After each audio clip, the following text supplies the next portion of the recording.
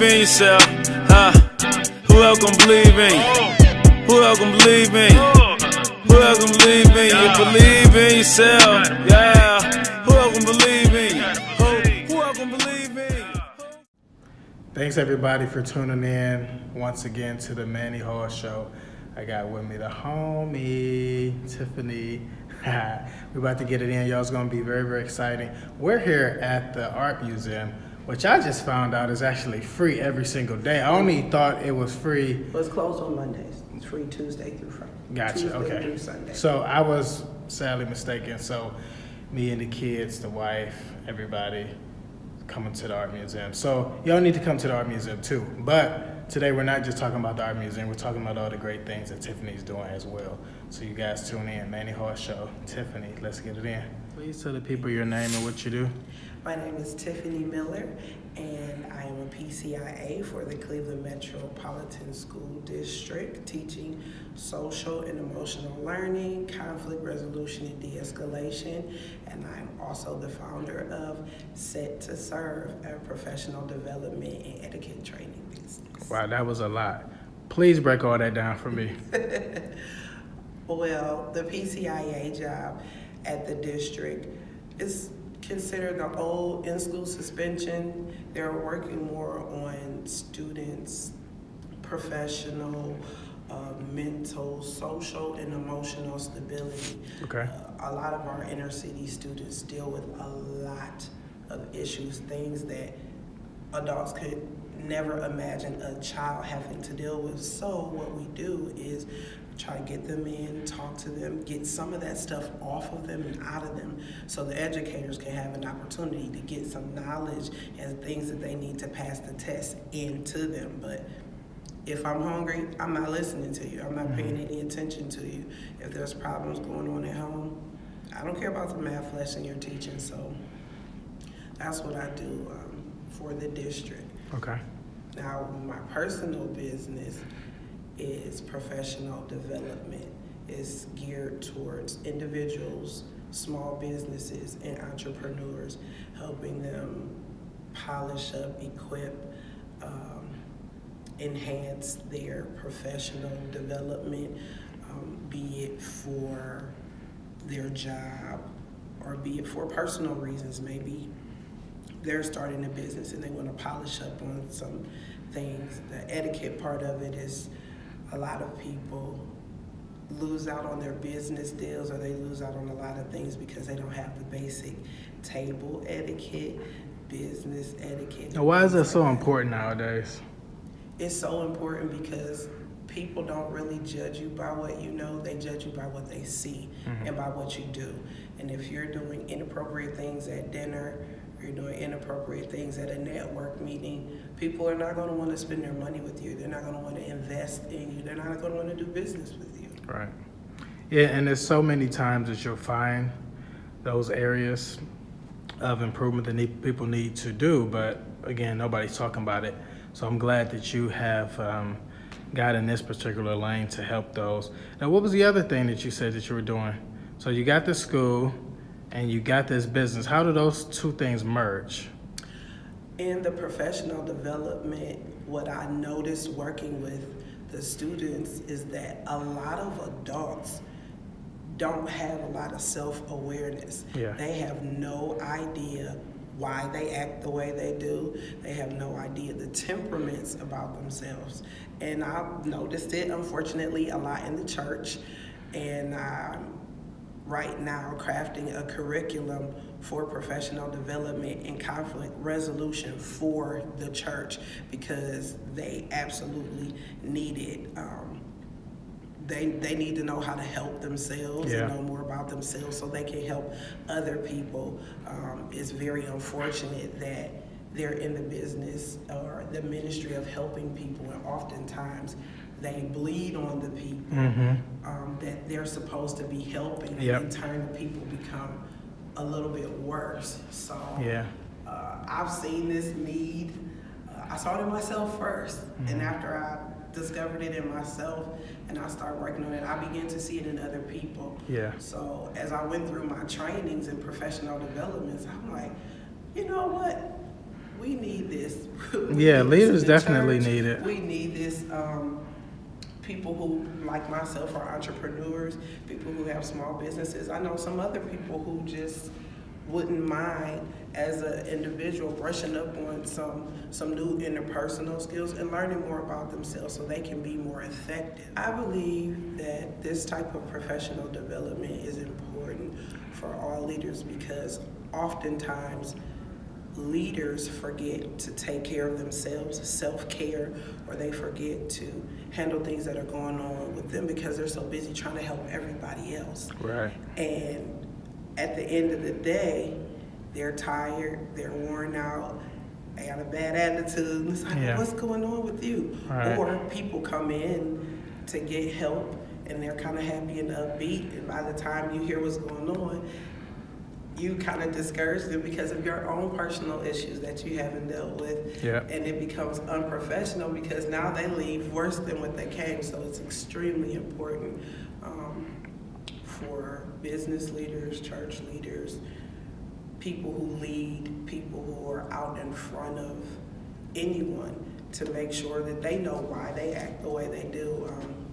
The book, Why I Act the Way I Do by Tim LaHaye is paramount. You have to read it. It talks about your temperaments, phlegmatic, melancholy, choleric, things like that. And these are things that are not talked about in the church. These are things that are not talked about in business because CEOs, all they care about is, I put you in this group with these people to get this project done, and I need my project done. I have $1.3 million on the line. Get this done. Right.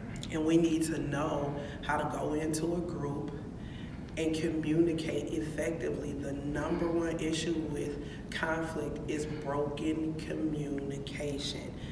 You thought this person said one thing, you heard something different. Your perception was somewhere else. You need to know how to, that's what the business does. It teaches people not only to highlight their strengths, but to highlight the strengths of others. So when you're in a group, you know who's good at what, and you can delegate who can do what job to make sure that everyone is able to participate, to make sure that everyone feels needed and respected and important in the group. And at the end, that the project is completed with the most efficiency, the deadline is met, and the boss is happy, and everybody can keep their job. Makes sense. Now, let's peek into your journey. Way before you start doing this great business and, you helping these kids, that's awesome. But, let's talk about Tiffany, behind closed doors, behind the scenes, straight exclusive. Let's talk, Tiffany. Okay. Before I started doing this business, I was working for the Marriott downtown. I graduated from Virginia Marty, so I have a degree in graphic design, commercial art.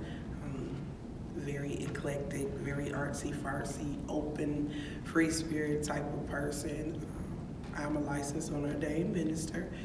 I am the mother of one absolutely fabulous 6-year-old, Zuri. Awesome. However, unfortunately, I'm raising him by myself because his father passed away from stage 4 colon cancer. So that has been an interesting journey in and of itself. Yeah. It's kind of shifted some things, but it's made me stronger. It absolutely made me stronger. I'm a go-getter. I love children. A lot of people have been talking about Dr. Billy Graham and his impact, and I stopped and I said, oh my God. I remember when I met him when he did his crusade in Cleveland at the old Brown Stadium. Not only did I get to meet him, I was one of the counselors on staff for that project. Nice. And I remember just the power that came in the room when he came in to speak to everyone and share what this experience was really about, how it was really not about us being important, us being out front, but we were really there to help the people. So that kind of catapulted me into a life of always helping other people, and especially youth, because I kind of feel like when I was younger, the church was real busy with everybody with titles. It was real busy with the things of the church, and they would have things for the young people to do, but nobody young was running it. Everybody was old. Right. And the young people had dreams and visions, and they had a passion to do things, and they kind of weren't heard, or a lot of people fell by the wayside. And I kind of committed to myself that I would make sure, if it was ever within my power, that I would help as many people, young people, as I could.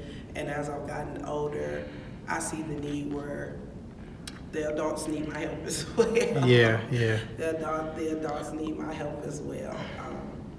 I'm a big-hearted person. I'm here to help people, and that's really my gift, that I can adapt to any situation. I can help anybody from anywhere. I can get in the room with people I've never met before, and before we leave, I'm friends with everybody. So you got this single mom, what do they call it, mompreneur? Yeah. And you got this thing going on, and again, as you mentioned, no help from the father, he's gone. Yeah. And a lot of times you hear moms that actually have the father still living, and they're not doing anything, and they're struggling to make it, and they're pushing hard. You have a situation where, unfortunately, your father has passed away. So even if he wanted to help, he couldn't. That's tough. Yeah. How are you making it every day, Tiffany? God. Absolutely. It's absolutely God. If you do not have God, if you don't have that personal relationship with him, you're going to be lost, because I'll tell you, I was lost for a minute. I was like, God, wait, what just happened? Yeah. My son is getting ready. He was 4, getting ready to turn 5 and start kindergarten. Everything is great. Everything is coming together, and he's gone. My son is dealing with some serious grief. He is getting help for that. But I look at him, and I know that when he was born, his dad held him and spoke into him, which I think for parents is so important. Putting that initial imprint on your child when they're first born. He held him and spoke into him who he would be, what he would do, who he could become, and that the sky was not his limit, but it was a marker that he could go as far as he wanted to go. And when I tell you, at 6 years old, I see that those words coming to pass in his life every single solitary day. So just family, God and family, because sometimes it's like, okay, God, you're not here. I'm talking to you. I need somebody I can see and touch and feel right now to talk to. And my family was instrumental. I couldn't have done it without them. Mm-hmm. I cannot continue to do it without them. Now let's talk about the day-to-day. When you have your son, raise him by yourself. You might get assistance from family and friends every now and then, but on the day-to-day is you and him. And you have this business, and you have this job, and you need personal time just for Tiffany. Walk us down that journey, day-to-day. Okay, so let's go with a full day in my life. I'm up at least 4:45. Every morning? Every morning my Wow. clock is set. Sometimes I hit that snooze a couple of times. Yeah. So Makes sense. So I end up at maybe 5:15, really out of bed, on my feet, moving in the house. Okay. The first thing I do is put on some praise and worship music. Yeah. I prefer the music first, the praise and worship, because I believe that it sets the tone, it sets the atmosphere. Mm-hmm. And once my atmosphere is set, then I know what to pray for. A lot of people pray first, but once the tone is set, then I know what to pray for. I'll make some tea. I love tea. What's your favorite tea? Oh, my favorite tea has got to be this cranberry pomegranate. Oh, I Put a love little it. sugar in there or just natural? No, we don't use sugar in my house. Me either. We use honey. Me too. We are very natural. My son That's is what's up. lactose intolerant, and he is right now a vegetarian. We are doing like vegan options, vegetarian options. So his lunch is already made the evening before. So once I get up, get my praise and worship going, then I pray, I get my tea, I pull out a notebook and I write down what I need to do for the day. For my job, I write down what I need to do for the day. For my business, I write down what I need to do for the day for Zuri, and I write down what I need to do for myself. Once I'm done doing all that stuff, I get myself freshened up, get dressed, then I get him up. He is not a morning person at all. He's 6 and he's this tall. So he's kind of like slowing around. So I'm like, come on, sweetie, come on. Good morning, mommy's chocolate prince. A lot of reinforcements and working with him. He gets up, he gets ready. We anoint ourselves every day before we leave the house. Amen. We are living in a very unstable Do you use olive oil that has been prayed for and blessed? Or you got something else? My pastors, Bishop J. Delano Ellis and Pastor Sabrina, they made some oil for us at the beginning of the year. Okay. And I use that. Gotcha. I use that oil every day. And I have 2, one for myself and one for my son. So one I keep in my house and one I keep in the vehicle. Amen. Right, just gotta travel with the oil. Yeah. Once we're up and he's dressed, I make sure everything's unplugged. We're out of the house. We're in the car. When we get in the car, my son is autistic. He has Asperger's, so he is like a genius. But his social and emotional stuff is like he's very vocal, no filter about certain things. But he's a worshiper, so I get a lot of God sparks from him. So we get in the car and we do our morning affirmations. We pray on the road, and we're talking about what we're going to do today. Thank you, God, for being smart, the ability to learn, and bless our friends and our teacher and things like that. So I take him with me. I pick my dad up, and my dad drops me off at school. Shout out to Dad. Woo, best daddy in the world. And my dad, he does that grandfather thing with him in the morning, helping him get himself together before it's time for him to get on his bus. Nice. And be transported to school. At my day, as soon as I hit the door, we have almost 400 students at my school. Wow. Shout out to my babies, Anti-Gardena.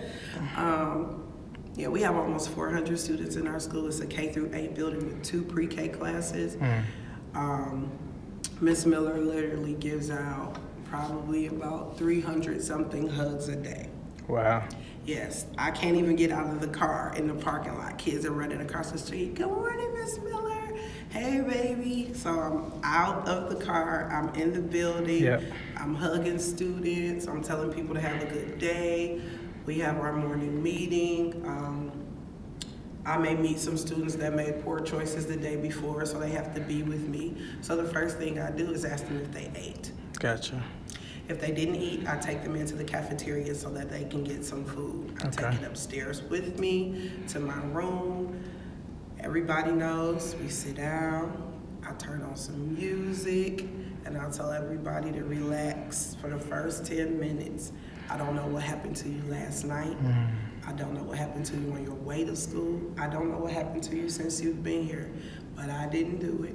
So we're gonna de-escalate, we're gonna relax. That's awesome. Look, when you started doing that, like, how was the principal and other teaching staff response to that? The principal, the admin team's response was great.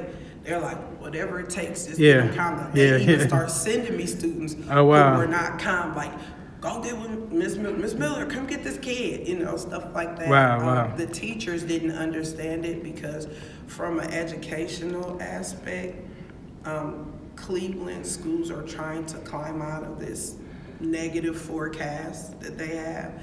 So they want to, educate, let's get everything into them right now. So I had to show the teachers that after doing that process that it actually works better, and a lot of the teachers do it now. So what made you even start that? Like, I'm going to try this strategy, because it apparently was working for you in your home life with your son. Mm-hmm. So you're like, you know what, I'm going to adopt this at the school too. The students in my school are they're somebody's kids. Yeah. Some of their parents or guardians don't have some of the things that my son had or that I even had growing up. A lot of them don't know their fathers, or a lot of their fathers are incarcerated. A lot of them don't see their moms a lot because moms are working because they have children, and if dad is not there, mom is everything. She's all things. She's the provider, she's the taxi driver, she's the disciplinarian. Yeah. She's everything. So they don't get an opportunity to just have that one-on-one time with mom. Yeah. Or just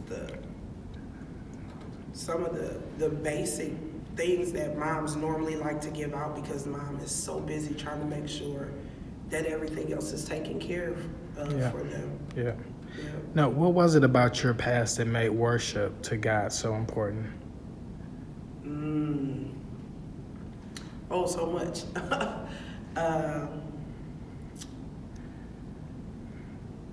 Wow. So I was molested at a young age by people who were in church, both sexes actually, and at the moment I could not tell my parents because I didn't know what to say. I didn't know how to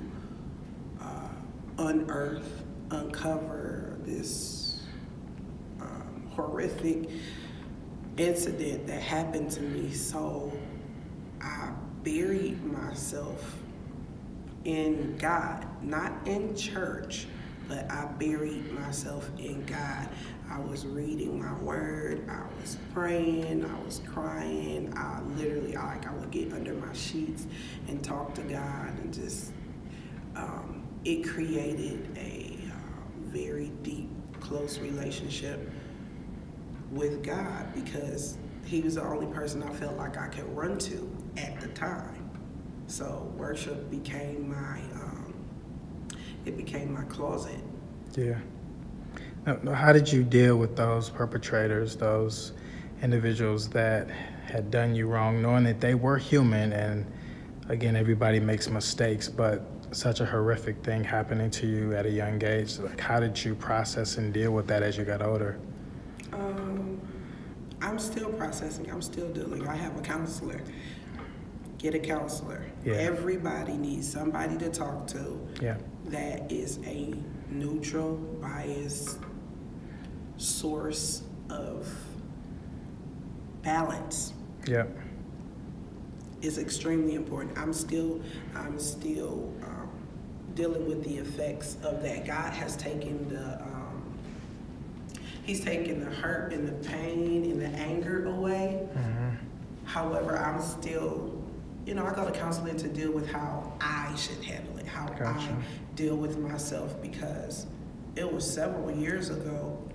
However, different things that happen in your life trigger different buttons. It's true. In your past, or different emotions. Very true. Or different feelings to come out of nowhere. Yeah. And if you don't have a person to go to and say, hey, this happened yesterday, and I was like a lunatic, or I became crazy, what happened to me? And they'll explain to you some things. So counseling is not a bad thing. I think in church they kind of stray away from that. Yeah. You need to go sit on somebody's couch. Yeah. You need to talk to somebody. Absolutely. There are Christian counselors if you don't trust the worldly ones. And some Christian people need to go to a worldly counselor so they can talk freely and express freely Absolutely. how they feel and different things that they need. Yeah. So.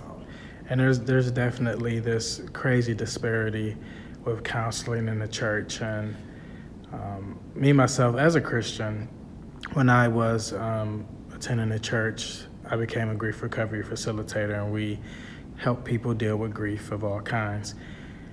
And it was challenging because the workbook that we used wasn't a Christian-based book.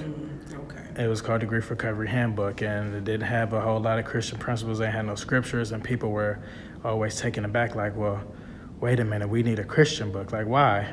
Why do you feel that you need that? At the end of the day, what's hurting right now is not your spirit, it's your heart. Exactly. It's your emotions that's all over the place. You don't know how to properly deal with those. Like, but I got God, I can just pray. I believe that. But what if God is leading you to a particular source that can help you with your recovery? That's where I believe he was telling us in the Bible, don't be so heavily minded that you're no earthly good, meaning don't over spiritualize your experience. Absolutely, there's a spiritual aspect to it and a spiritual component, but there's also a natural. They didn't touch your spirit, they touched, your flesh, or if it was verbal, they touched your heart, and they touched your emotions. Yeah. So I think that it's a misnomer. Well, growing up, it was a misnomer in the church that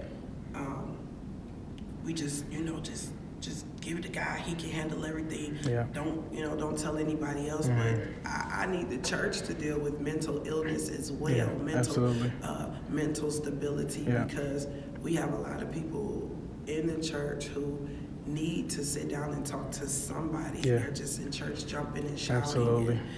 And when you shout and you go home and you're by yourself, these things are still bothering you.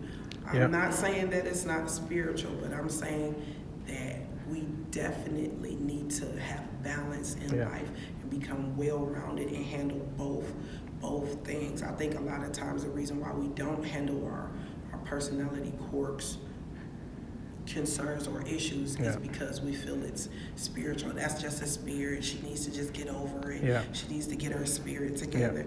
No, there could be an underlying reason why this person is acting this particular way. It could be something that they did to cover up other issues they had, and because they have been doing it for so long, for so many years, it has become a part of them. And once the area of them heals or is unearthed, I believe we will see some different people. We really are. And I totally believe that. I remember years ago, shout out to Pastor Vernon, he said that he had a conversation with his son, and his son said, "Daddy, my head hurts." And he said, "Okay, well, I'm about to lay hands on you for you to receive your healing." So he prayed for him. He said, "Thank you, Daddy, but my head still hurts." And that just taught him during that time that, yes, we can lay hands, we can pray and all of that, but pain is real. Yes. And you have to be able to deal with the pain. I mean, I'm a married man, but I'm a divorcee, and after getting a divorce, I had to live that whole single life all over again, and that was tough. And I'm like, maybe I should just go back to this mess and drama of a marriage that I just came out of just to escape this loneliness that I feel right now. And I chose not to. But experiencing that, I was thankful for it because it made me realize how tough it really is for singles. I mean, we could be saved all day long, speaking in tongues, laying hands. You got your oil in your car, got some in the bed with you, got some in the shower with you. Like you all over the place with it. But I need it. Right. But at the end of the day, those feelings, those emotions are still real. And they're not always constant. Like I have somebody that I see, one of my coaching clients, and I say, okay, I know that you're hurting right now, but if you look at historical data on yourself, this pain doesn't always last, does it? And she said, no, it doesn't. I said, so what you're really trying to get to a place with is that you deal strategically with the pain when it does come. Right. And honestly, that is something that we do not prepare people in the church for. Yeah. Let me just say, I don't think they're prepared in the world for it either. Yeah. My father and mother retired from working for the Cleveland Clinic, and my dad worked in palliative medicine. And those are like terminally ill cancer patients or terminally ill patients. And he would say, the doctor and the counselors and the chaplain would come in and talk to the family and try to, prepare them or help get them ready for what was inevitable, what was going to happen. Yeah. Some people say, "Oh, I'm good. I'm all right." And then that monitor goes off, and their parent is gone, or their husband or their wife is gone, their child. See, you about to make me shout, Tip, because I'm thinking I got this book title on my head, so hopefully somebody writes it one day, but it's called Prepared for the Pain. Listen, my dad is actually in the process of getting a book published about how to prepare people for grieving.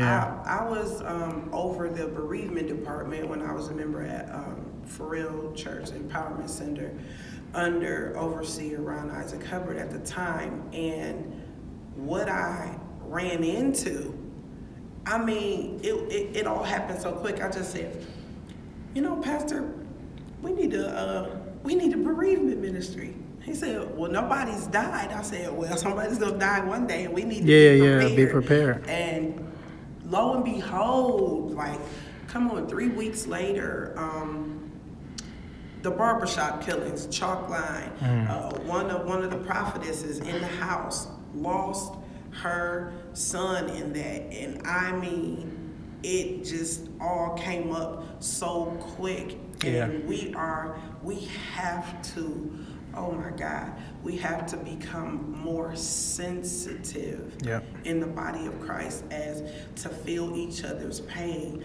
I'm not saying go all into it, but feel it, reach out, call, pray, talk to, visit, because people are dying inside the house and no one is noticing.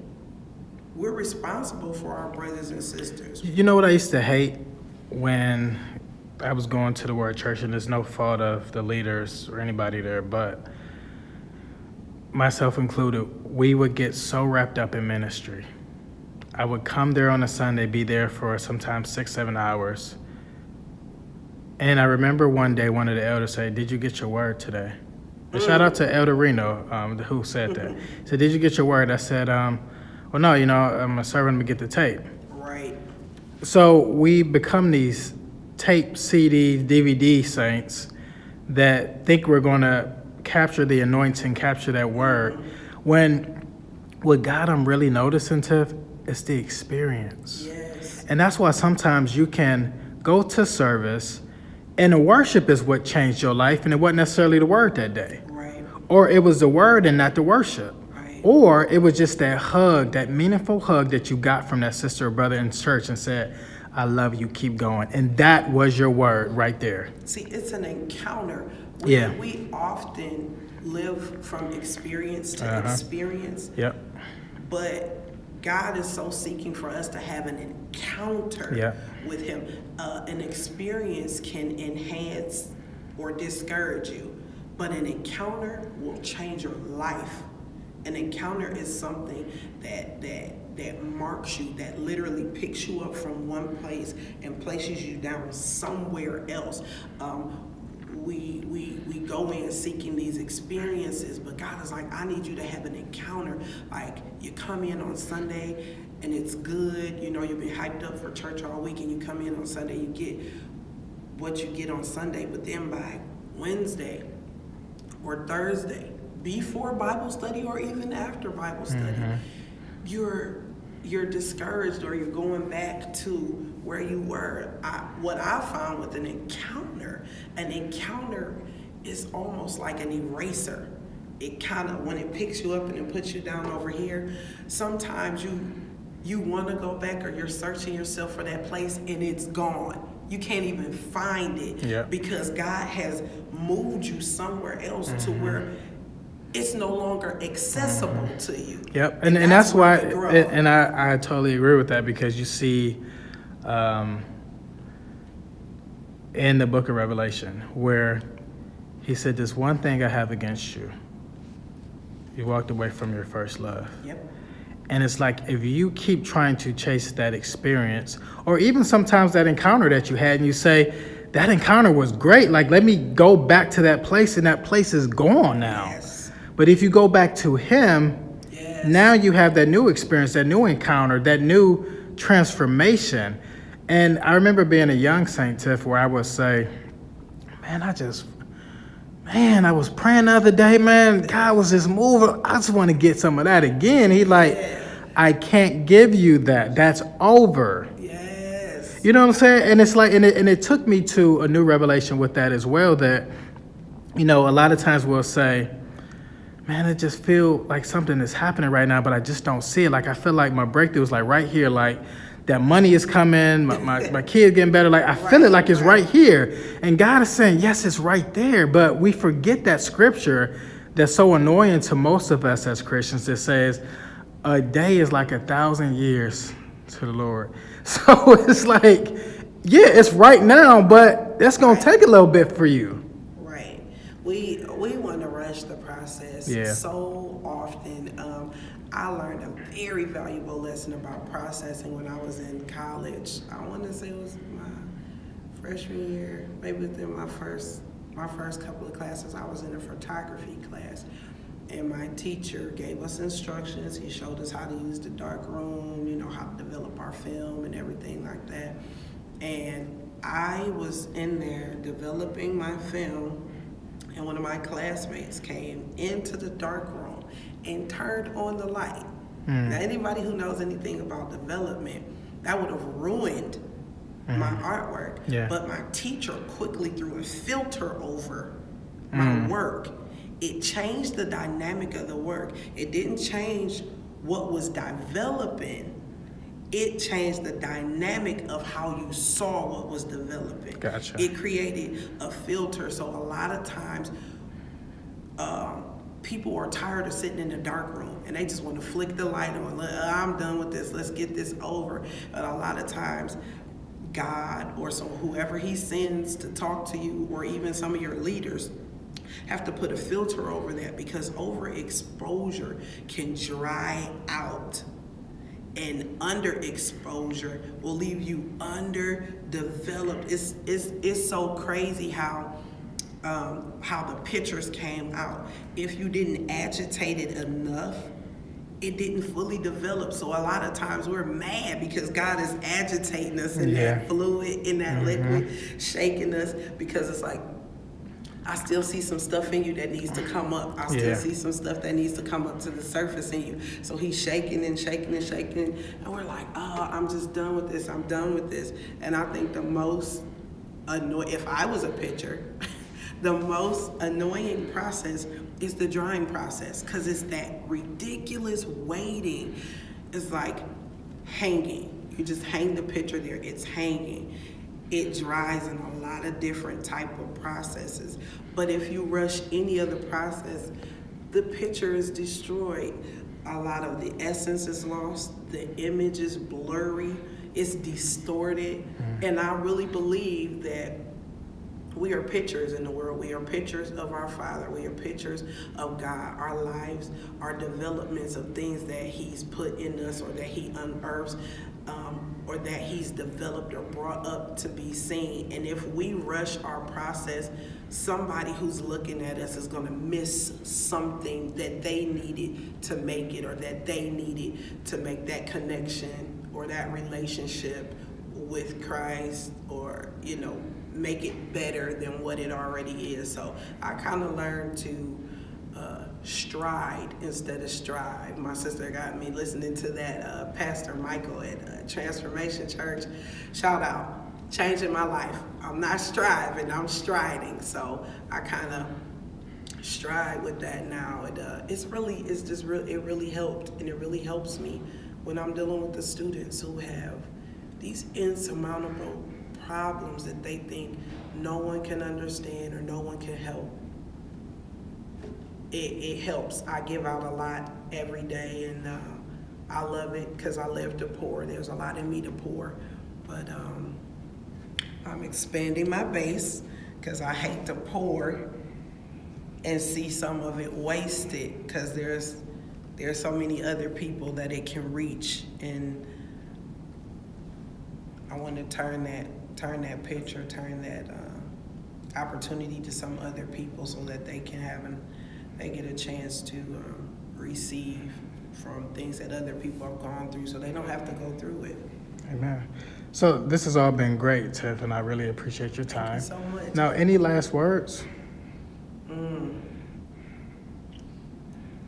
My last words would be, one, as a single mom, to some of the moms, give your children some memories.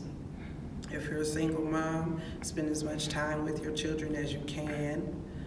If their dad is alive, I don't know the circumstances or the situations, but what I do know is I thank God for the time that my son's father was able to spend with him, because had I kept him away or anything like that, it would have destroyed him when his dad died. Sometimes there are memories that are irreplaceable, and I hear a lot of conversations about, well, he can't see his kid or things like that. Life is just like that. Mm-hmm. And once they're gone. You don't get those opportunities back. So let your children have relationship with you. Let them have relationship with their fathers. It's extremely important. Awesome. But thank you so much, Tiffany, for being on the show. My pleasure. All right, y'all. We out, Manny Hall Show. Peace.